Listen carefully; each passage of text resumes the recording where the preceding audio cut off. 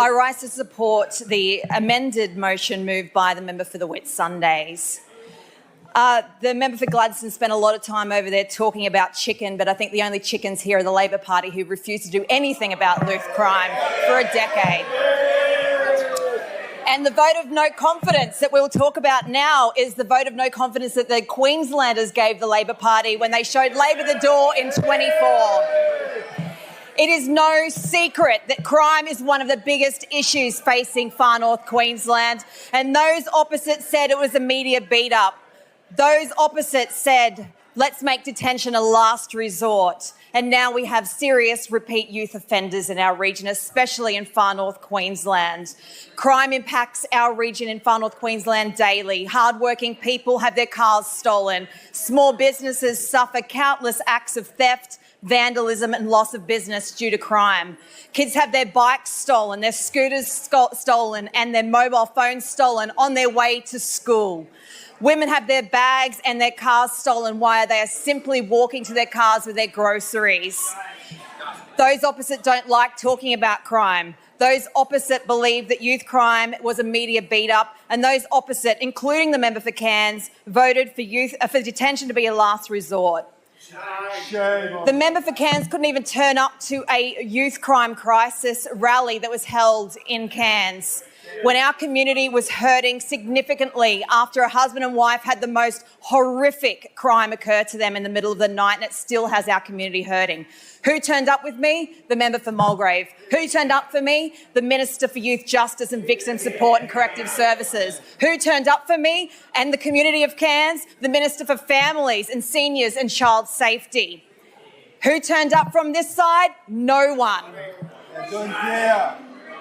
The far north community is hurting. My community loudly shares this pain, and my community has been begging for things to change.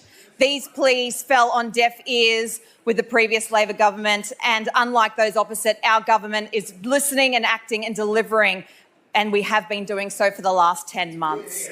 In my short 10 months in this chamber, I've spoken many times about crime impacting Cairns. It is the biggest thing hurting our region. During the election, we said we would put the first tranche through before Christmas of adult time, adult crime. We then put the second tranche through as well. Last year, the member for Cairns said he did not think we should be locking up kids. A decade ago, he voted for detention to be a last resort, and that is why we have the crime crisis in Cairns and the crime epidemic that we are still a long way to getting this crime crisis under control. We will continue to support early intervention, rehabilitation and diversion programs, but not at the cost of community safety and not at the cost of justice for victims. Those opposite would rather talk about staffing drama than talk about falling victim numbers because they can't attack the results.